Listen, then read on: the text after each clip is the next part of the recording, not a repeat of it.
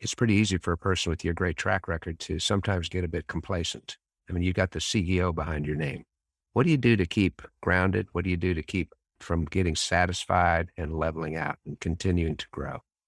Surround yourself with people who are equal to or better than you, and then continue to push to keep up with them. And those who will hold you accountable. And I'm so blessed. And this year in June, my wife and I celebrated our 30th wedding anniversary, and I married up. Dan, I absolutely married up and found a partner in life who holds me accountable. And well, I was home this past weekend in Colorado, and she again asked me, she said, "All right, so what difference are you making there? Is it worth the time apart?" I don't feel like I can be allowed to be complacent because I believe there's a purpose that I've been placed here to do. And that's what the days are filled with, is fulfilling that purpose. Well, God bless our domestic partners, right? Many, many times after a long road trip, my wife has something similar. She basically says, did you make it count? Because if you're going to be apart from us, we need to make it count. And she shares that mission. So very grateful for that. What do you do to read good information, listen good information? How do you kind of keep yourself mentally charged up and refreshed? What are some of your sources of inspiration?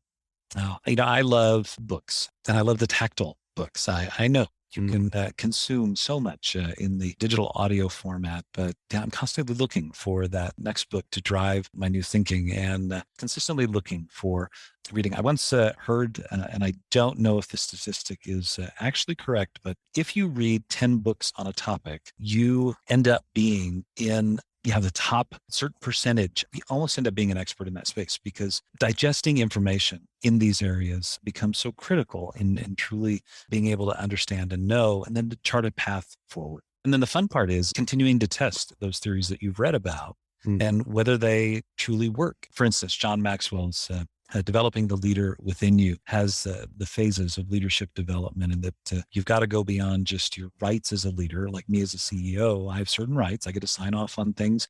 But to truly lead the organization, I've got to get to relationships with my staff, with the state leaders, with the teachers all across this country, with our sponsors and supporters. And, they won't just follow me because of my title. They follow me because of a relationship and the results that I get. And so that one in all of my career has proven time and time a critical path to really expanding your influence. We've got some of our listeners that are just sailing brilliantly through life. We have some others right now that are really discouraged. What advice would you give to somebody that is just discouraged and things aren't working out for them?